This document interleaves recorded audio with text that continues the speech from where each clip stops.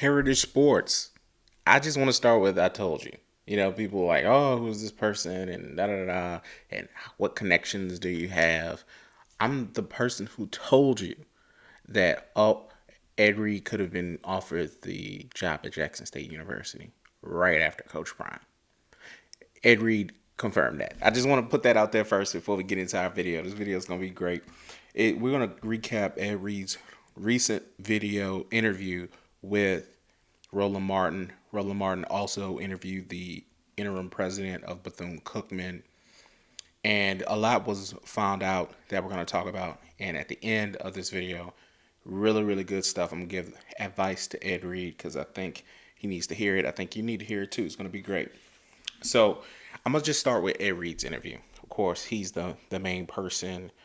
My major takeaways is just a lot of animosity from his end. And let me just say this, he's hurt. He said that he was hurt. And more than hurt, I think he's embarrassed. Again, these type of athletes at this type of level have never dealt with utter total failure before. And that's the reason why he's still in Daytona. He went on and on, him and his person on the staff that was in the interview with him, who to me seemed to be kind of like a handler. And I'm not trying to be disrespectful. That's what it seemed like, as far as trying to keep Ed Reed in line and not have him get too overly emotional, which he did anyway. They basically said we're still in Daytona. They found out the news on Friday and still are trying to meet and have a conversation with Bethune Cookman's administration to see if he can come back to be the coach. So they're still in Daytona, been there since Friday. It is going to be Tuesday. He stayed through the protest and he's hoping throughout hopes, I'm assuming, that somebody changes their mind. So when Roland Martin started the interview, he basically said, hey, he had him sit through the interim president's interview and he asked him point blank, what you thought? And Reed was like, I didn't even see the interview, which later on you could tell he wasn't being truthful when he said that. But he put emphasis on this man, Dr. Is it Lawrence Drake, interim president Lawrence Drake. He put a lot of emphasis that Dr. Drake was basically a scapegoat. He called him an interim president many, many times. He says the real person, the evil person behind all of this is Reed DISSES. He is the athletic director, famous NBA player, and also the head basketball coach for Bethune Cookman. He says he's the real person. He's awful, and he keeps getting out of the limelight when he's the person that he believes is pulling all the strings for whatever reason. Ed basically said that not only is all of this documented that he wants to share, he was actually doing a documentary. He was actually filming throughout this whole time, assuming, putting out on YouTube, whatever, for consumer to watch. So they're going to show when he got the call on Friday and then when he got the email on Friday, basically saying, look, we're not going to be going forward with this whole head football coaching thing. We're not going to do it, Ed. What I found odd about that is knowing that Friday, but still going forward with the event on Saturday. Now, I get that their kids were already there, parents were already there. I do think that could have stopped, on Friday, just a hard stop on everything you were doing could have prevented some kids from coming in town. Not everybody, but some. And I get it. Maybe thought you could change their mind, but that's concerning. And it kind of goes to what I said earlier about these athletes when they get to this level. If they just apply their will to something, they feel that they'll be able to get to the other side. And that's just not the case in the real world. And by real world, I mean outside of athletics. I'm not saying that doesn't happen in athletics. I'm talking about in just the world. Just because you want something to happen so badly, it's not going to always happen. Just because you're the greatest safety in the world, you can yell and get people galvanized and get your team to a certain point and then actually win a game or a Super Bowl or whatever. Guess what? Nobody wants to hear all that. Nobody in the corporate world. They're like, why is this person yelling? And I think that's the transition he's going to have to get into. It's a yelling sport, but it's not a yelling year round kind of sport. And he's yelling in the spring. But anyway, we'll get to more of that. So he went on and on. Him and Ro Parrish we're still trying to get back to the university today. Like, as far as get back as head coach, go back despite all the animosity. And he he just really thinks that they can have a conversation, and then he can get the interim out of the way or get Reggie Theus out of the way and actually have a contract signed. Because he said the negotiation was over. He was waiting for pen to paper. He was waiting for an actual draft to come to him. He can review it and sign it. Basically, it was a done deal. There was no more negotiations. Everything had been put into the documents. So I think that's important, because there wasn't any breakdown in negotiations as they're trying to term it. It was a firing. It was a firing based on a number of things, which the interim president, Dr. Dr. Drake, went into. So I'm going to get a little bit into more of what Ed said in a second. To me, at this point, the main thing is there is a contract. There's a big thing in principle. There's contract in principle that's already done. They are waiting to print out the paper and for him to sign it, according to Ed Reed. At that point, that is a deal, and you got fired, and that's what it is. It's not them saying, "Oh, we never ratified anything." To me, it's a legal issue now. It's not something that, you're even in good faith. You can say, "Oh, there's no agreement," but he's still being allowed on campus. He's still being allowed to talk to recruits. He's still being allowed to have a recruiting weekend. He's still allowed to be on campus, and he's allowed to make improvements to the campus. At this point, this is not a volunteer. This is not a prospective employee. There was a meeting of the minds. There just hasn't been a written signing. But to me, that's a legal matter, and that's up to Ed Reed and whoever else wants to figure that part out.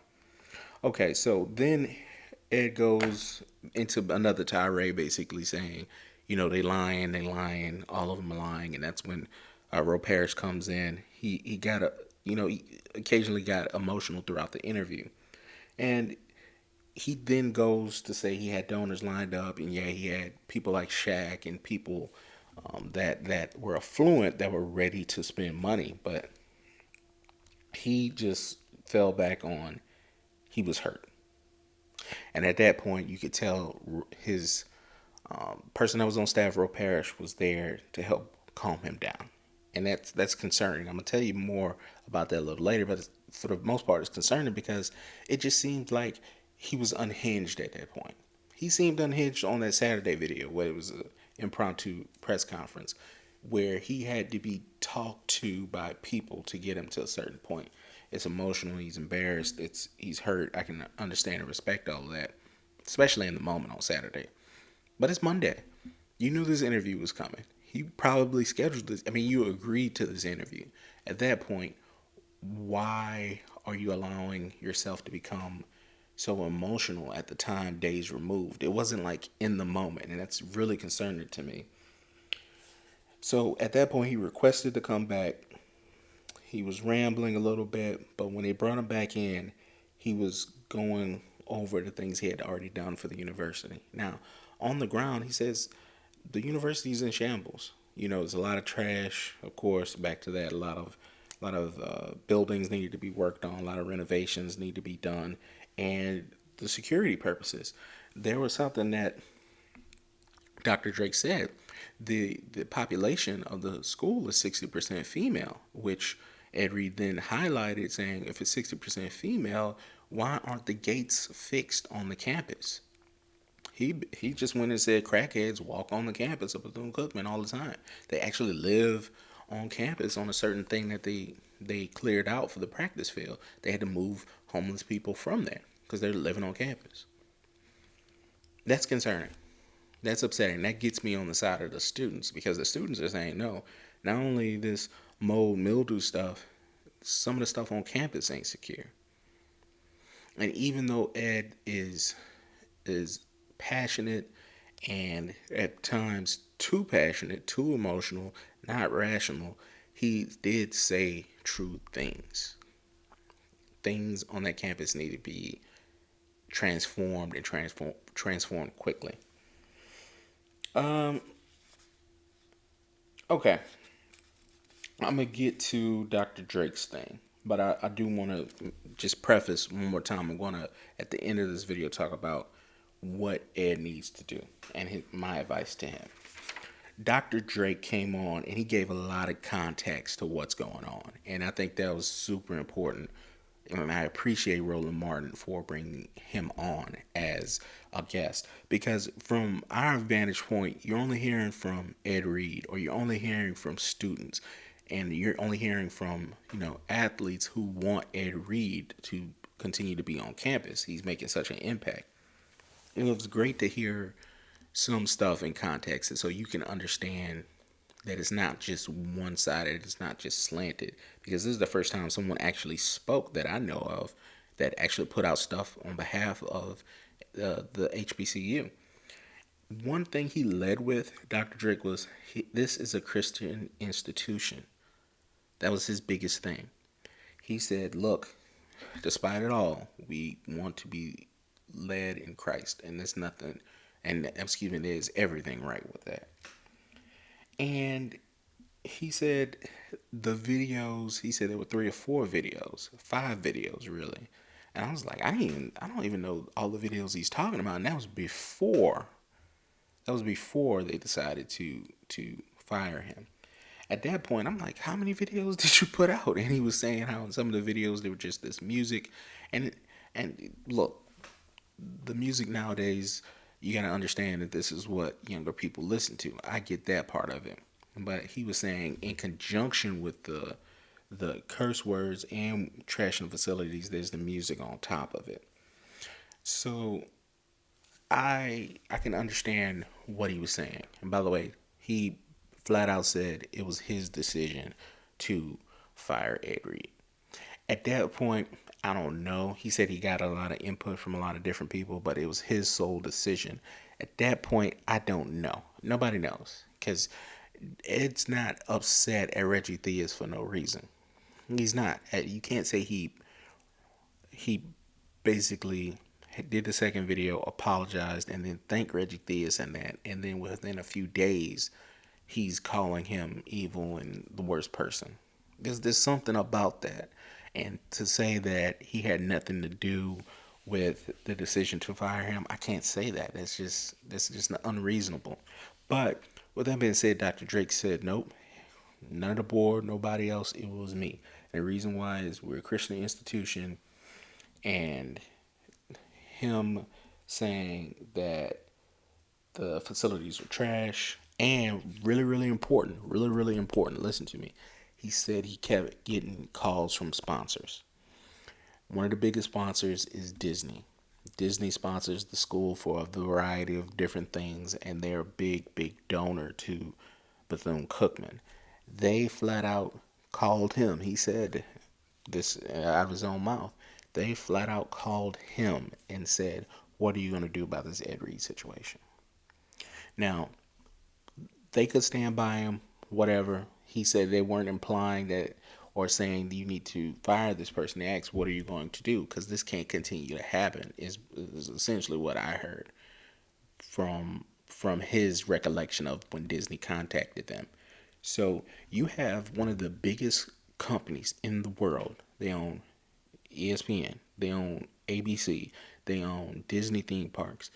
They give you a significant amount of money in your private institution, so you don't get state money allotted to you every year. They got a call from one of their biggest sponsors saying, yeah, this curse filled video and this person yelling and calling facilities trash. What are you going to do about it? I mean, I can understand the position that the school is in. I can finally understand what their thinking was. So you just can't replace a Disney check. You know what I mean? Oprah ain't cutting a check right now the size of Disney. Whoever else you want to bring in, you got to replace that money, especially if you want to become, you want to stay ahead, you want to stay solvent, you want to stay in the black, because your private HBCU, you're a private institution. You rely on your students, your alumni base, and your donors. That's just the bottom line. So he went on to say that the the biggest thing for him was the music, the profanity, and calling the facilities trash because he did not have or share the proper context, and he didn't fault Ed Reed for it. But a lot of people don't understand that the campus has been hit with two hurricanes that really damaged the campus, and in that aspect, students are putting up pictures of mildew and what he said is not mold. I don't know, bro. It looked like mold to me, but I can understand you articulating that and what you see and you actually on campus. And he was essentially saying they have $100 million and they need to repair the campus. And he was very realistic with Ed before hiring him. He said, "Look, you have to be realistic. This isn't the NFL. This isn't the University of Miami. You have to understand we need time to replace and repair and renovate." And Ed said, "I'm in." He started renovating stuff on his own. Started clearing out practice fields and stuff like that. But that's what he was told in the beginning, and that's what some of his actions were. But he was basically saying you got to look at the other actions. He gave him they gave him permission to film. They also allowed him to work in the football office. He took a bit of a he didn't like what Ed Reed was saying, that the office wasn't clean and stuff like that. He said the previous administration had just left, and Ed Reed just wanted to come in. There was no official hire because there was no contract. So he was essentially saying once the contract was in place, we were going to give it to you, but we were going to do all the bells and whistles to renovate the office and make it clean and stuff like that. But there was a request to have him start immediately, and they agreed. Now, whether you like it or not, Bethune, yeah, you gave permission to this man, but yeah, it would have been great to clean his office. But I can understand, look, we're going to get there. We got to make sure this is official hire. Um, so, I mean, outside of that, oh, and this was big to me. There's going to be a big team meeting tomorrow night. So Tuesday, you're going to hear some more stuff. They want to actually come in and talk to the players and let them know how they how they see things. So I think that's going to be really, really key, really, really good. All right. So I want to give my advice finally to Ed Reed. Look, I hope he can hear this. I hope he can get this message.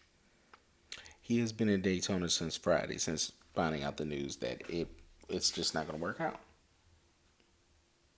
Yeah, it's just not. And they've been there since Friday.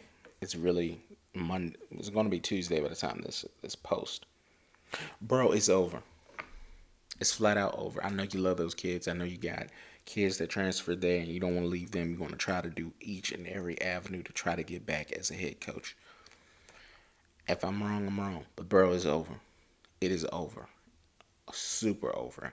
And the thing is, you can't will that. You can't just say, "Oh, I just cursed a few times and that's it." Nah, man, you don't have. You're abrasive in your actions and in your words. And one of the big press releases that Bethune Cookman put out was mutual respect was put in it. They feel you don't have mutual respect for the people there. And that is really important in a work environment. I can understand you've never been in a traditional job. You playing for the Baltimore Ravens, that's not a traditional job. You are the chief of staff, which was a new position created at the University of Miami, which isn't a traditional job. And now you come into a head coach when you have to be responsible for a whole lot more things in which you've shown actions that you could do it, but you have to also be a bridge builder and you got to have mutual respect for people. And here's the thing, this is major. You can't trash facilities, calling things trash when they're going through a hurricane and they're trying to get back to where it should be.